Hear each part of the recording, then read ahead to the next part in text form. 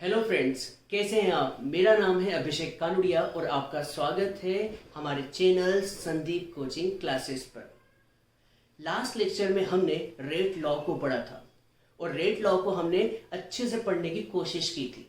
अब हम rate law के बाद स्टार्ट कर रहे हैं ऑर्डर क्या होता है।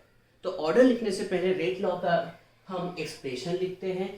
तो रेट लॉ का एक्सप्रेशन क्या होता है। रेट लॉ एक्सप्रेशन होता है rate of reaction is directly proportional to concentration of reactant to the power x, याद होगा आपको, और concentration of b to the power y। और यहाँ पर प्रोपोर्शनल का साइन हटाने पर एक कांस्टेंट आया था जिसे हम रेट कांस्टेंट कहते हैं कि concentration of a to the power x और b to the power y।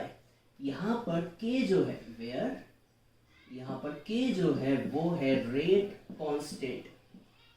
यहाँ पर k जो है वो रेट कांस्टेंट। आज इस लेक्चर में हम k के बारे में भी पता करेंगे k क्या होता है, पर अभी फिलहाल हम ऑर्डर के बारे में पढ़ रहे हैं। ऑर्डर क्या होता है जिसे हम n से डिनोट करते हैं। तो ऑर्डर का फॉर्मूला सुनिएगा क्या होता है। ऑर्डर होता क्या है। ऑर्डर होता है sum of power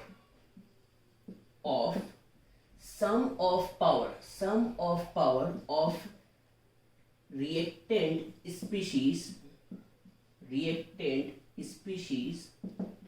in concentration term in rate law expression। क्या होता है बच्चों, ये होता है ऑर्डर। ऑर्डर का मतलब होता है ये जो कॉन्सेंट्रेशन की पावर लिखी हुई है ना, इन दोनों को तीनों को, तीन भी हो सकते हैं रिएक्टेंट, तो इनको क्या करना है आपको, सिंपली प्लस। तो बेटा ऑर्डर का मतलब होता है, ऑर्डर जिसे हम n से डिनोट करते हैं, ऑर्डर का मतलब होता है सम ऑफ पावर।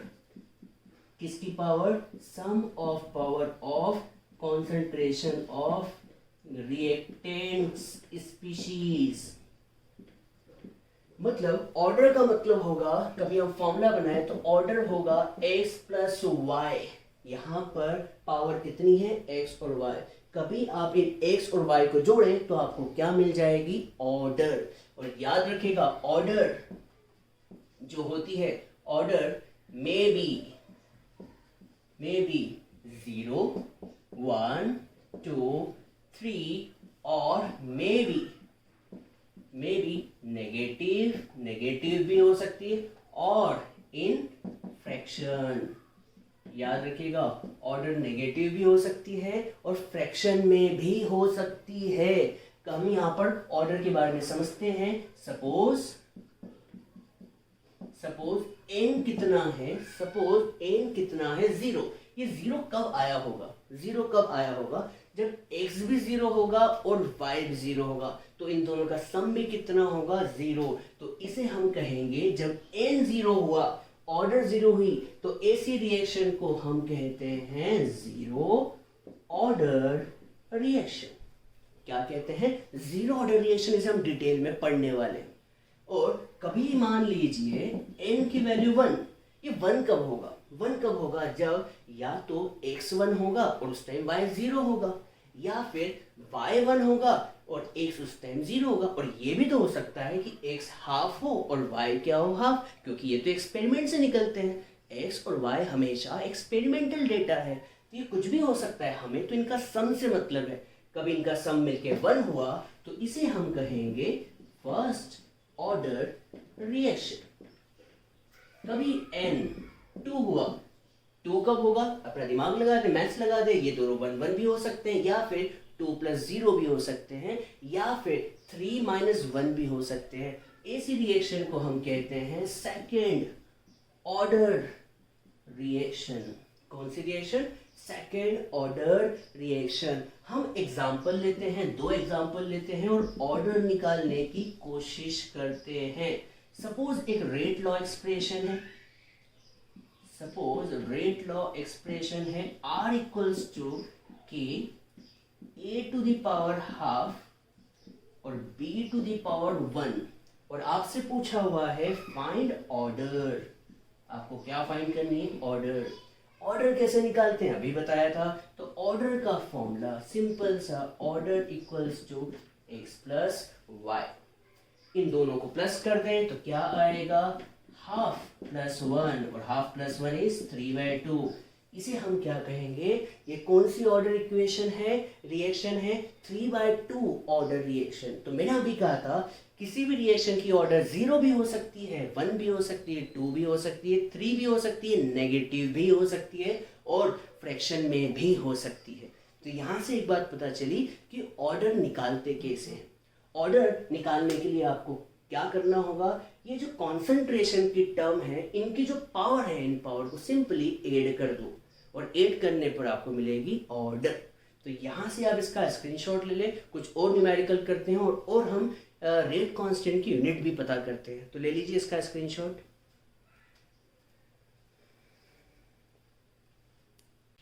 तो चलिए अब हम कुछ और क्वेश्चन करते हैं और पता करते हैं कि ऑर्डर कैसे फाइंड की जाती है। तो चलते हैं अगले क्वेश्चन की तरफ।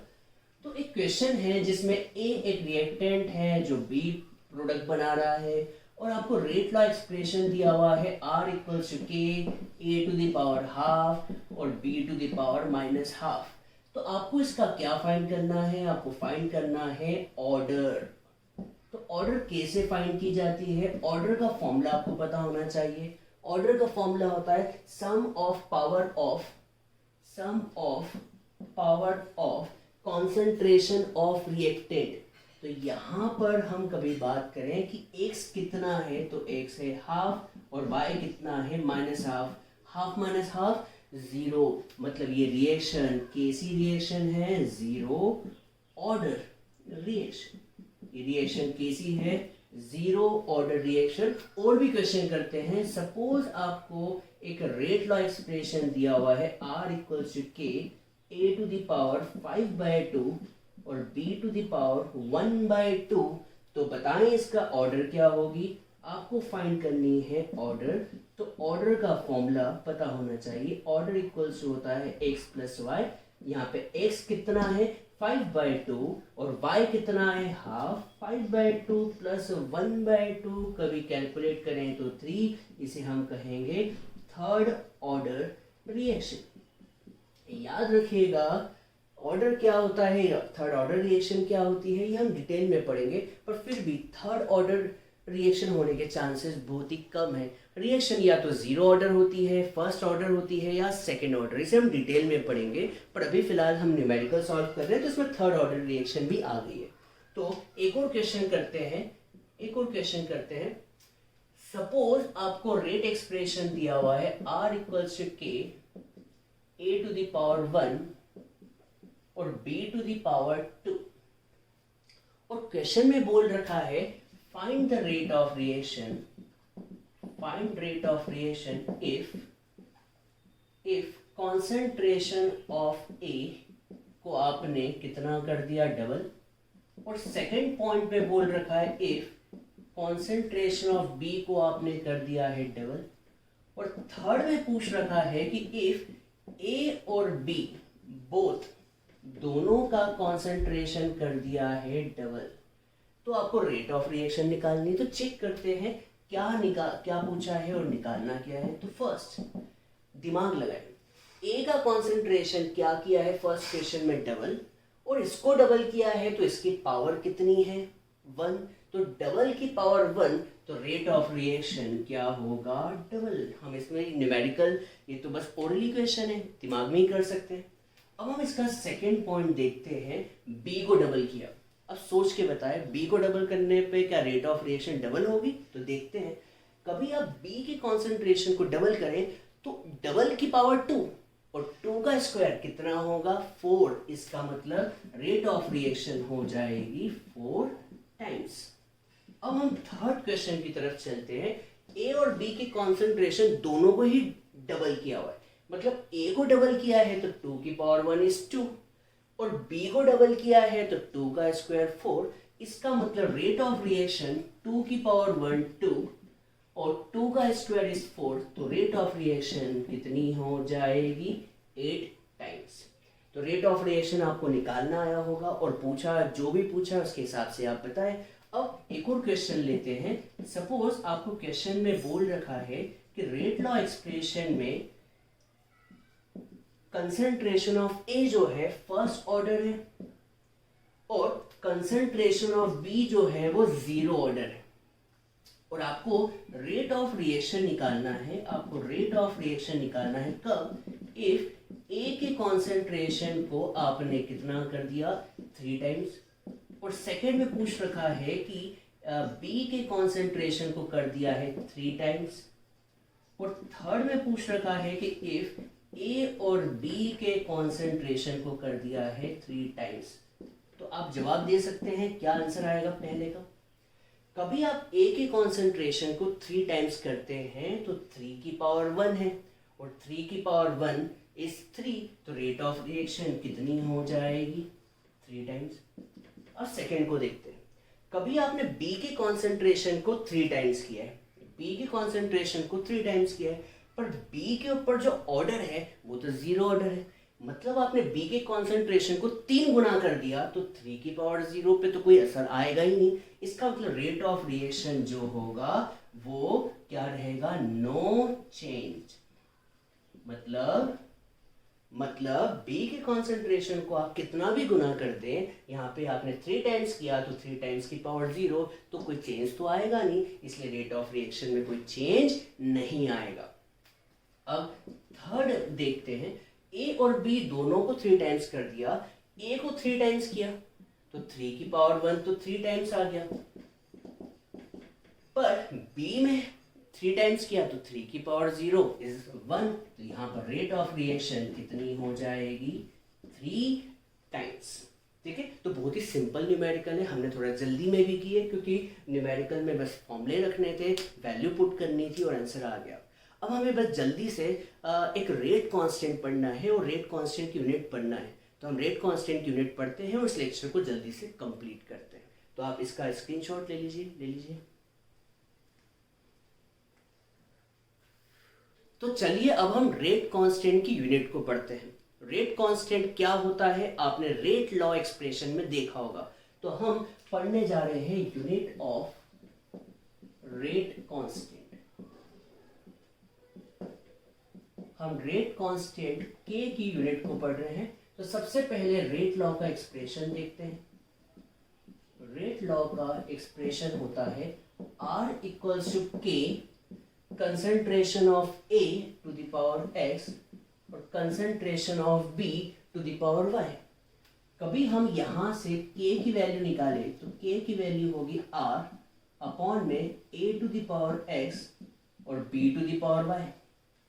अब हम यूनिट की बात करें तो K की यूनिट क्या होगी देखते हैं। रेट की यूनिट क्या होती है? रेट की यूनिट होती है, हमने पहले ही लेक्चर में पढ़ रखा है, मोल पर लीटर पर सेकेंड, ये होती है रेट की यूनिट। ए क्या है? Concentration of reactant. बी क्या है? Concentration of reactant. और एक्स और वाई दोनों को मिला दूं तो क्या बन जाएगी? ऑर्डर। तो क्या मैं इसे लिख सकता हूं? Concentration to the power n, और यहां पर एन क्या है? एन क्या है? ऑर्डर। और ऑर्डर कैसे निकालते हैं? X plus y. हमने कॉन्सेंट्रेशन को 2 बार क्यों नहीं लिखा? क्योंकि ये भी कॉन्सेंट्रेशन है और ये भी कॉन्सेंट्रेशन है, और जब बेस सेम होती है तो पावर ऐड हो जाती है। तो यहाँ पर के की यूनिट बनने वाली है, के की यूनिट हो गई मोल पर लीटर पर सेकेंड, और कॉन्सेंट्रेशन की यूनिट होती है मोल पर लीटर, और पावर में क्या आएगा? एन। तो यहाँ से के की यूनिट बनने वाली है, क्या बनेगी बता सकते हैं? मोल पर लीटर की पावर तो 1 है और यहां पर मोल पर लीटर की पावर n है, तो यूनिट हो गई मोल पर लीटर की पावर 1 माइनस n और सेकेंड इनवर्स। ये कैसे हुई? ये मोल पर लीटर, ये भी मोल पर लीटर है, मोल पर लीटर की पावर 1 है और यहाँ मोल पर लीटर की पावर n है, तो यहाँ पर n ऊपर जाएगा तो क्या बन जाएगा? 1 माइनस n। सपोज करें इफ n कितना है? 0 है। 0 का मतलब होता है जीरो ऑर्डर रिएक्शन। n कभी 0 है तो जीरो ऑर्डर रिएक्शन। तो बता सकते हैं k की यूनिट क्या होगी? सोच के बताए क्या होगी? कभी n 0 है, n क्या होता है? ऑर्डर, और n कभी 0 है तो जीरो ऑर्डर रिएक्शन कहलाएगी। यहाँ पे 0 रखा तो k की यूनिट होगी मोल पर लीटर और 1 माइनस 0 इज 1 सेकेंड इनवर्स।